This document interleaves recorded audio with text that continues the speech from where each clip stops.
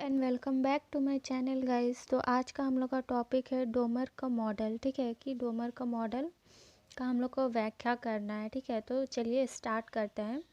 Domar America के रहने वाले अर्थशास्त्री थे। डोमर के अनुसार विनियोग एक ओर आय का सृजन करता है तो दूसरी ओर उत्पादन क्षमता में वृद्धि करता है। अतः उन्होंने अपने मॉडल द्वारा इस प्रश्न का उत्तर देने की चेष्टा की है कि आय वृद्धि और उत्पादन क्षमता में वृद्धि के बीच समानता लाने के किस लिए दर से वृद्धि की जाए विनियोग में ताकि पूर्ण रोजगार के स्तर को बनाए रखा जा सके। और इस प्रश्न का उत्तर देने के लिए डोमर ने विनियोग के माध्यम से कुल पूर्ति एवं कुल मांग के बीच संबंध स्थापित किया है और यह भी बताया है कि पूर्ण संतुलन के लिए समग्र मांग और समग्र पूर्ति बराबर होनी चाहिए।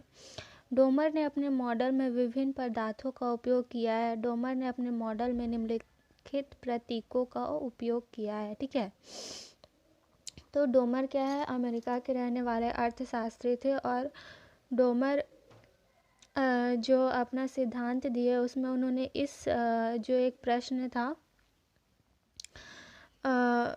मतलब कि आय वृद्धि और उत्पादन क्षमता में वृद्धि के बीच जो है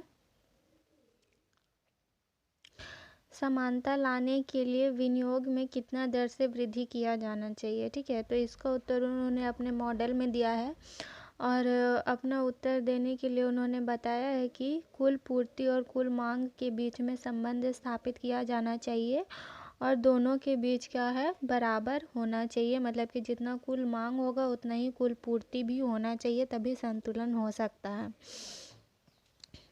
तो चलिए देखते हैं कि डोमर ने अपने मॉडल में जो समीकरण दिया है वो क्या समीकरण है। डोमर ने अपने मॉडल में निम्न प्रतीक बताया है। पहले है Y D is equal to level of national income और इसको level of effective demand at full employment भी कहा जा सकता है।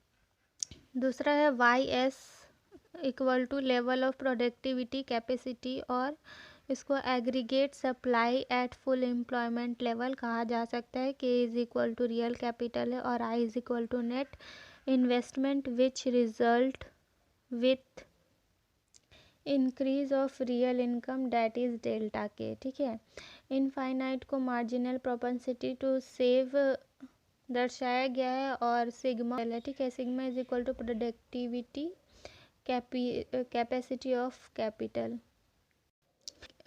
डोमर का मॉडल के कुरिहारा के द्वारा दिया गया समीकरण से शुरू होता है। ठीक है, तो Y D is equal to I divided by infinite, ये पहला समीकरण है। Where Y D is equal to level of national income और level of effective demand at full employment और I is equal to net investment है और infinite क्या चीज़ को दर्शाता है, मार्जिनल प्रोपेंसिटी टू सेव को। इस समीकरण से स्पष्ट होता है कि वाईडी जो है इफेक्टिव डिमांड, ठीक है, राष्ट्रीय आय के स्तर को प्रदर्शित करता है और वाईडी का आय से सीधा संबंध पाया जाता है तथा इनफाइनाइट से इसका विपरीत संबंध पाया जाता है। और ये तो था वाईडी जो इफेक्टिव डिमांड का था। अब देखते हैं वाई एस मतलब कि level of productivity capacity. Y S is equal to sigma K. ठीक है, ये समीकरण 2 है। Where Y S is equal to aggregate supply, sigma is equal to productive capacity of capital और K is equal to real income है। इस समीकरण में समग्र पूर्ति दो तत्वों पर निर्भर करती है जो कि सिग्मा और के है। यह दोनों एक दूसरे पर निर्भर है। यदि सिग्मा घटेगा तो के भी घटेगा, जिससे वाई एस भी घटेगा और यदि सिग्मा बढ़ेगा तो के भी बढ़ेगा और वाई एस भी बढ़ेगा। संतुलन के लिए वाई डी और वाई एस का बराबर होना ज़रूरी है, अर्थात संतुलन का बिंदु वहीं पर होगा जहां वाई डी तथा वाई एस बराबर होंगे। समीकरण 1 तथा समीकरण 2 में आर एच एस लेने पर, ठीक है, आर एच एस लेने पर Y D is equal to Y S I divided by infinite is equal to sigma K और I is equal to sigma K infinite. Domar के मॉडल आर्थिक वृद्धि के क्षेत्र में पथ प्रदर्शक है क्योंकि वह आर्थिक विकास के महत्वपूर्ण निर्धारकों को प्रमुखता प्रदान करते हैं। फिर भी मॉडल त्रुटियों से मुक्त नहीं है, इसलिए निम्नलिखित आधारों पर इसकी आलोचना की जाती है। पूंजी की औसत उत्पादकता ज्ञात करना कठिन है। बंद अर्थव्यवस्था की अवास्तविक मान्यता पर आधारित है। तीसरा पॉइंट है कीमत स्तर स्थिर नहीं है।